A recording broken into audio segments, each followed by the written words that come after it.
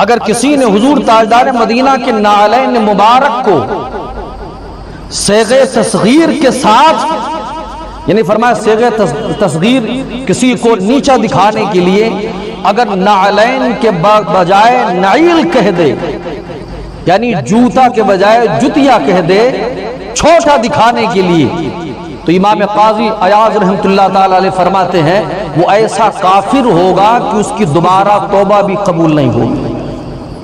اللہ اکبر۔ افسوس کا مقام تو یہ ہے کچھ بے شرم، بے حیا، بے غیرت، بددین لوگوں نے، ملعون و ملعونہ نے حضور تاجدار مدینہ کی گستاخی میں اپنی زبان کو کھولا۔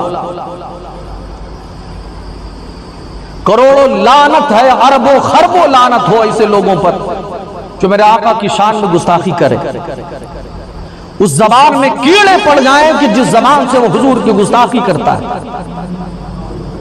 وہ ہاتھ سڑ جائیں جس ہاتھ سے وہ قلم اٹھا کر حضور تاجدار مدینہ کے خلاف لکھتا ہو۔ کبھی اسلام پہ بھونکتے ہیں، کبھی صحابہ پہ بھونکتے ہیں، کبھی اسلام کے قانون پہ بھونکتے ہیں، کبھی حضور پہ بھونکتے ہیں، کبھی حضور کے ازواج مطہرات پر بھونکتے ہیں۔ ان بدبختوں کو اور مطلق جو مجہول مطلق ہیں جنہیں جاہل کہا جاتا ہے، اگر انہیں اسلام کے چیپٹر کی ایک بھی خبر ہوتی، اگر اسلامی چیپٹر ایک بھی پڑھا ہوتا تو کبھی بھی اسلام کے خلاف یا اپنی آواز کو بلند نہ کرتے۔ اگر ایک بھی چیپٹر پڑھا ہوتا، انگریزوں نے پڑھا، جن جن حضرات نے قرآن کا مطالعہ کیا، حدیث کا مطالعہ کیا، اگر وہ غیر تھے تو مذہب اسلام کی چھتر چھایا میں آ گئے۔ اس کا مطلب ہے کہ ان لوگوں نے کچھ نہیں پڑھا ہے، انہیں کیا پتا کہ اسلام کیا ہے۔ جو لوگوں کے خون کو چوس کر اپنے گھروں میں چراغ جلائے، اسے کیا پتا کہ اسلام کی روشنی کیا ہوتی ہے۔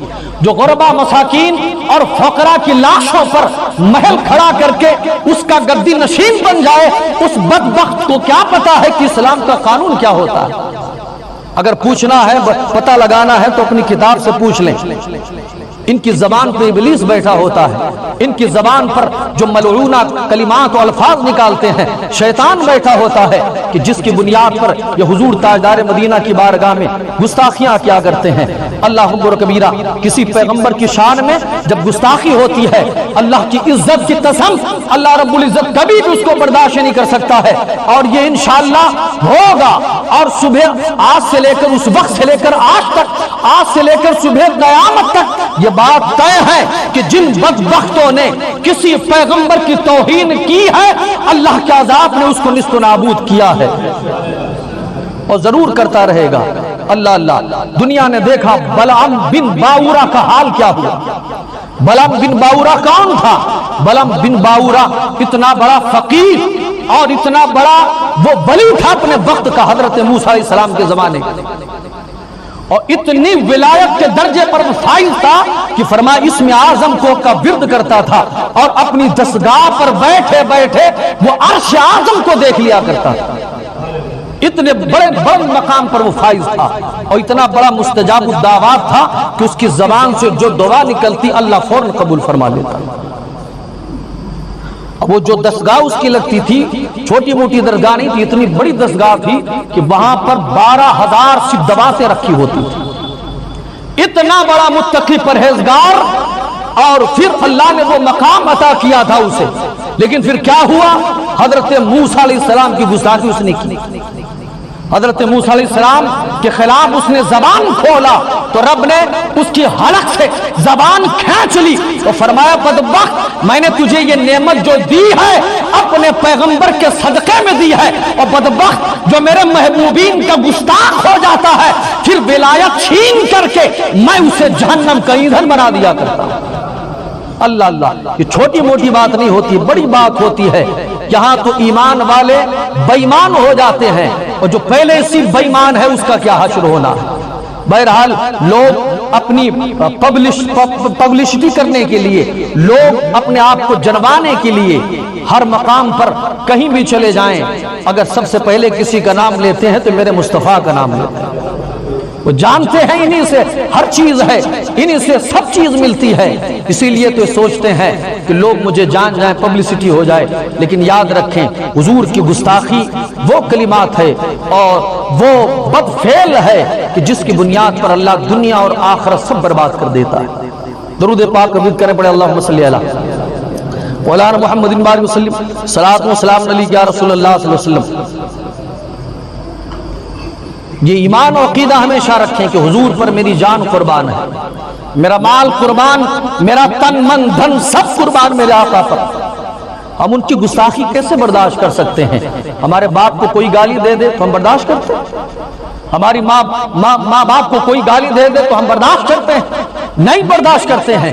وہ کیسا بے غیرت ہوگا کہ حضور کی گستاخی سن کر اس کا دل نہیں جلتا ہوگا، وہ کیسا بے حیا اور بے شرم ہوتا ہوگا کہ حضور کی گستاخی سننے کے باوجود اس کی زبان سے ایک کلمات نہیں نکلا کرتے ہیں۔ اللہ اکبر کبیرہ۔ ارے ہم اپنے ماں باپ کی گستاخی برداشت نہیں کر سکتے تو پھر اس حضور کی گستاخی کیسے برداشت کریں گے کہ جن کے صدقے میں ہمارے باپ کیا، ہمارے باپوں کے باپ حضرت آدم کو بنایا گیا ہے۔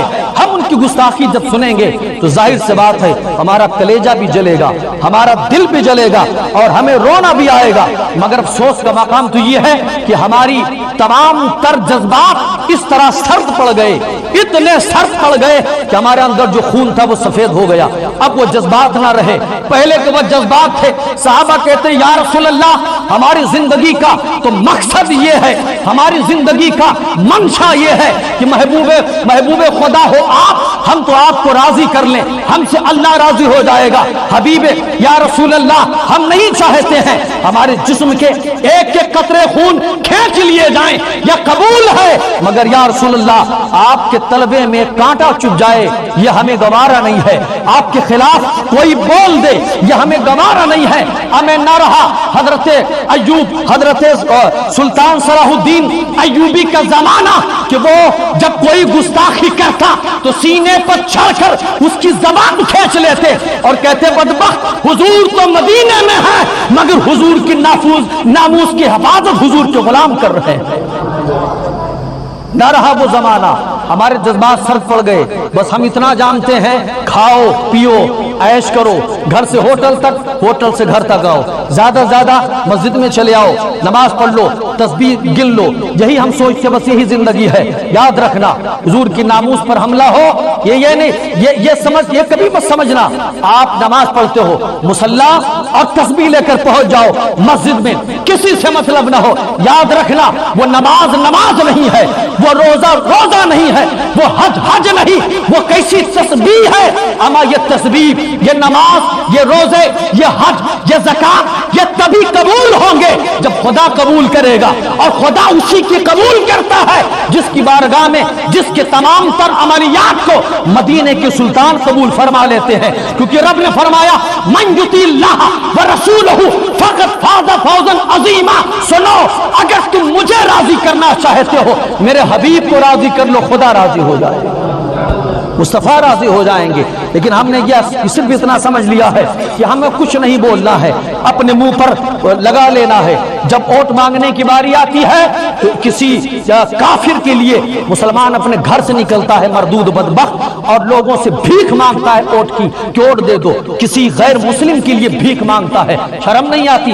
حضور کے خلاف جب بولا جاتا ہے ہماری کھڑکیاں بھی بند ہو جاتی ہیں، ہمارے منہ میں تالے بھی لگ جاتے ہیں، اور نہ ہم احتجاج کرتے ہیں، نہ فیس بک پر، نہ واٹس ایپ پر ہم بہت بڑے اور نیٹ چلانے والے بنتے ہیں، مگر کبھی بھی ایک کالم لکھ کے نہیں ڈالتے ہیں کہ ہم بھی اس ناموس رسالت کے احتجاج میں اپنا نام لکھوا لیں۔ یاد رکھنا ہم سوچتے ہیں قانون ہے ہمارا رزق بند ہو جائے گا، ہمیں پھانسی پر لٹکا دیا جائے گا۔ یاد رکھنا، اور دیوانوں، اپنے آپ کو دیوانہ کہنے والوں سنو، اپنے آپ کو مصطفیٰ جان رحمت کا چاہنے والے کہ ورد کرنے کا دعویٰ کرنے والوں سنو، تو یہ سوچتے ہیں اس طرح ہو جائے گا۔ اس کا مطلب ہے انہیں اللہ اس کے رسول پر بھروسہ نہیں۔ اللہ فرماتا ہے رزق دینا میرا کام ہے، حضور فرماتے ہیں انما انا قاسم اللہ یؤتی، میں ساری دنیا میں بانٹتا ہوں، اللہ مجھے عطا فرماتا ہے۔ ہمیں بھروسہ ہے کہ رزق دینا رب کا کام ہے، عطا کرنا حضور کا کام ہے۔ اما ذلت کی موت مرنے سے تو بہتر ہے، حضور کی عشق میں مر جاؤ تاکہ جب جنازہ نکلے تو ہر طرف سے آواز آئے عاشق کا جنازہ ہے ذرا دھوم سے نکلے۔ درود پاک پڑھیں اللہم صلی علی سیدنا مولانا محمد بارک وسلم صلاۃ و سلام علیک یا رسول اللہ صلی اللہ تعالی وسلم۔ مگر افسوس کا مقام تو یہ ہے کہ ہم نے اپنے منہ پر تالا لگا لیا ہے، افسوس کا مقام تو یہ ہے کہ ہم نے اپنے آپ کو حضور تاجدار مدینہ سے محبت کرنے کا دعویٰ تو کیا مگر ہم نے ساری چیزیں بالائے طاق رکھ دی ہیں۔ اللہ اکبر کبیرہ، اللہ ہم سب کو صراط مستقیم پر چلنے کی توفیق عطا فرمائے، حضور سے محبت کرنے کی توفیق عطا فرمائے۔ اس ملعونہ نے حضور کی شان میں گستاخی کی ہے، اس بدبخت نے حضور کی شان میں گستاخی کی ہے۔ آپ اگر آپ کو قلم کیا آپ کی طاقت ہے، قلم سے آپ جواب دیں، منہ میں طاقت ہے منہ سے جواب دیں، خطاب کرتے ہیں خطاب سے جواب دیں۔ اما وہ زندگی کیسی ہے جو حضور کے ناموس کے لیے کام نہ آ سکے، وہ رزق کیسا ہے جو حضور کے ناموس پر قربان نہ ہو سکے، وہ سانس کیسی ہے جو حضور کے ناموس پر قربان نہ ہو سکے۔ یہ زندگی، یہ بندگی، یہ ہمارے تمام اعمال، یہ ہمارے کردار، رفتار، گفتار، اعمال اور ہماری مسجدیں، خانقاہیں، ہمارے اعمال سب میرے حضور پہ قربان ہے۔ وہ راضی ہو گئے، اللہ کی قسم خدا راضی ہو جائے گا۔ اعلیٰ حضرت فرماتے ہیں خدا کی رضا چاہتے ہیں دو عالم، خدا چاہتا ہے رضائے محمد صلی اللہ علیہ وسلم۔ اب دیکھیں سنیں، آپ کو غور کرنے کی ضرورت ہے۔ لوگوں نے صرف یہیں تک اپنے آپ کو محدود کر لیا ہے۔ حضور کی شان بہت عظیم شان ہے۔ حضرت سیدنا ابو یوسف علیہ رحمہ فرماتے ہیں ایک شخص دسترخوان پر کھانا کھا رہا ہے، فرماتے وہاں پر کدو شریف رکھا ہوا، کدو شریف۔ اس نے کہا مجھے کدو پسند نہیں، یہ کہہ کر اس نے ہاتھ یوں ہٹایا۔ حضرت علامہ امام ابو یوسف کھڑے ہوئے، فرماتے ہیں میں فتویٰ دیتا ہوں کہ اس شخص پر کفر عائد ہوتا ہے اور اس کو قتل کر دیا جائے۔ اللہ اکبر۔ لوگوں نے پوچھا حضرت کیوں؟ تو فرمایا اس بدبخت نے اس چیز کو نفرت سے دیکھا جس چیز کو میرے نبی نے محبت سے دیکھا۔ سبحان اللہ، جس چیز کو میرے مصطفیٰ نے محبت سے دیکھا ہے۔ ہمارا غور کرنے کا مقام ہے، جس چیز کو حضور محبت سے دیکھ لیں، کوئی نفرت سے دیکھ لے تو وہ دائرہ اسلام سے خارج ہو جاتا ہے۔ اب بتاؤ کہ اس چیز کا جب یہ مقام ہے تو خود حضور کی ذات کا کیا مقام ہوگا، خود حضور کی ذات کا کیا مقام ہوگا۔ اللہ اللہ۔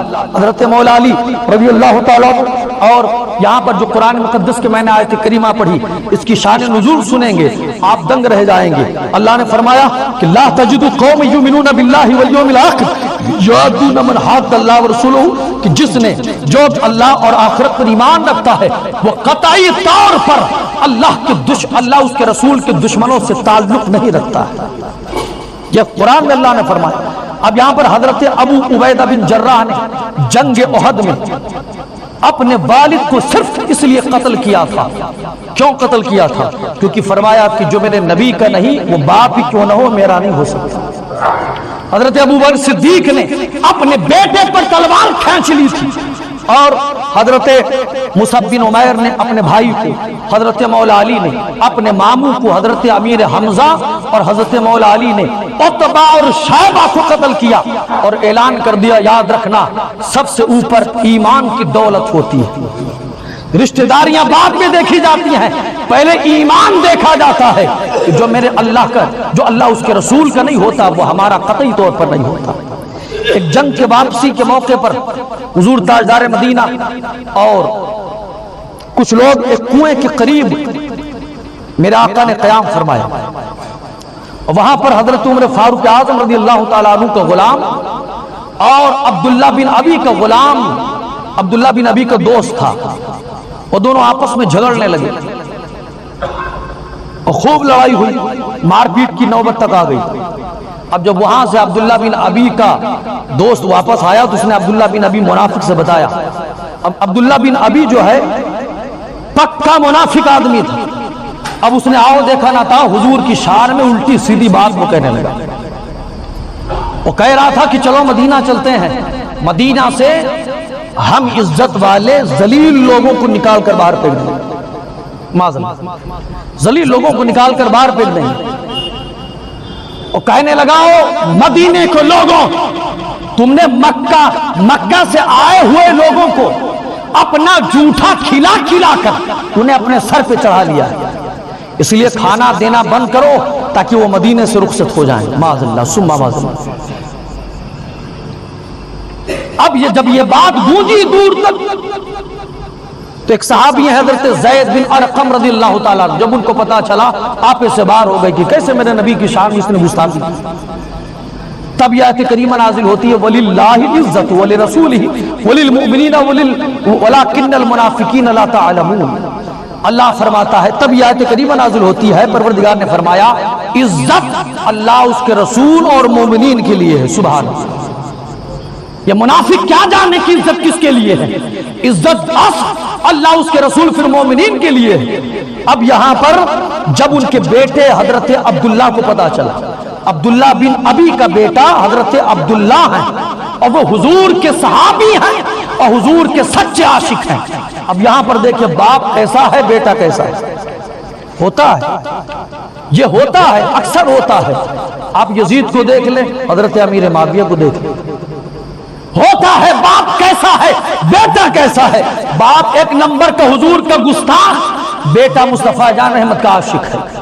حضرت عبداللہ کے کان میں جب یہ آواز پہنچی کہ میرے باپ نے حضور کی گستاخی کی ہے تو عبداللہ دوڑے مدینہ طیبہ کے دروازے پر کھڑے ہو گئے، اپنے باپ کا انتظار کرنے لگے اور اتنے غصے میں تھے کہ کبھی دائیں جاتے کبھی بائیں جاتے، پسینے میں شرابور۔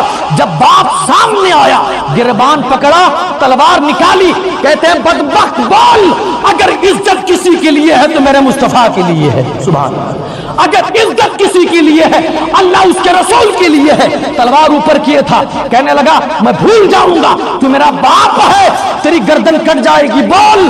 وہ تھر تھر کانپ کر ڈر سے بولنے لگا، تب حضرت عبداللہ نے اسے چھوڑا۔ اللہ، اسے کہتے ہیں ایمان، اسے کہتے ہیں ایمان پر استقامت۔ ورنہ ہم سب کا ایمان تو اتنا پلپلا ہو گیا کہ ہماری کھڑکیاں تک بند ہو جاتی ہیں، ہمارے دروازے بند ہو جاتے ہیں۔ ہمارا کام صرف اتنا ہے کہ ہوٹل پہ بیٹھ کے سیاست کرو، گھر میں آ کے ٹی وی دیکھ لو۔ ہمارا کام صرف اتنا ہے کہ ہوٹل پہ بیٹھ کے چائے پیو اور گھر میں آؤ تو موبائل پر لگ جاؤ، رات بھر کنجریوں کے ناچ دیکھو، نچنیوں کے ناچ دیکھو، اور بہت یار دوست ہیں تو فیس بک پر ان سے بات کر لو، واٹس ایپ پر کمنٹ کر لو، بس یہی ہماری زندگی ہے، اس کے علاوہ کوئی زندگی نہیں۔ مسلمان عزت، اور کچھ لوگ کہتے ہیں کہ یہ جو احتجاج ہو رہا ہے لوگ بیوقوف ہیں۔ ہم کہتے ہیں سنو، بے وقوف تم ہو، وہ بیوقوف نہیں، وہ مصطفیٰ کے دیوانے ہیں۔ تم لوگ کہتے ہو احتجاج جو کرتے پھنستے ہیں وہ بے وقوف ہیں، ہم تو کہتے سنو وہ بے وقوف نہیں، اصل مسلمان تو وہی ہے کہ حضور کے ناموس پر جب حملہ ہو تو انہیں تکلیف ہو۔ یہ کیسا مسلمان ہے کہ حضور کو لوگ گالیاں بھی دیں اور یہ مسکرا کے اپنے گھر میں بیٹھا رہے، ان پر ٹپڑی بھی کرتا ہے، کبھی اپنی زبان سے نہیں کہتا ہے ارے قلم کی طاقت ہے قلم اٹھاؤ، زبان میں طاقت ہے زبان سے اٹھاؤ۔ آپ فیس بک چلاتے ہو، اس پر آپ لکھ دو، کوئی تمام راستے کھلے ہیں، کسی راستے سے تو بتاؤ کہ تم حضور کی امتی ہو۔ ہاں، اگر حضور کی امتی ہو، اگر یہ احساس ہے کہ حضور کی امتی ہو، اگر یہ احساس ہے کہ تمہارے اسلام پر حضور کے نواسے کی کٹی ہوئی گردن کا احسان ہے، اگر تم یہ مانتے ہو کہ ہم حضور کے سچے امتی ہیں، اگر تمہارا اس پر ایمان ہے کہ کل قیامت کے میدان میں حضور کی شفاعت ہم لوگوں کے لیے ہوگی، تو یاد رکھو اپنے پورے ایمان اور اذعان کے ساتھ ببانگ دہل یہ اعلان کرو کہ جو جان مانگو گے تو جان دیں گے، جو مال مانگو گے تو مال دیں گے، مگر یہ ہم سے نہ ہو سکے گا نبی کا جاہ و جلال دیں۔ اگر اس چیز پر ایمان ہے تو انشاءاللہ ہم یہاں بھی کامیاب رہیں گے، وہاں بھی کامیاب رہیں گے۔ اللہ تعالیٰ ہم سب کو اچھا رکھے اور مصطفیٰ کی سچی محبت ہم سب کے سینوں میں معجزن فرمائے، چونکہ انہی کی محبت ہم سب کے لیے ذریعہ نجات ہے۔ استغفر اللہ ربی من کل ذنب و اتوب الیہ، اشہد ان لا الہ الا اللہ و اشہد ان محمدا عبدہ ورسولہ وما علینا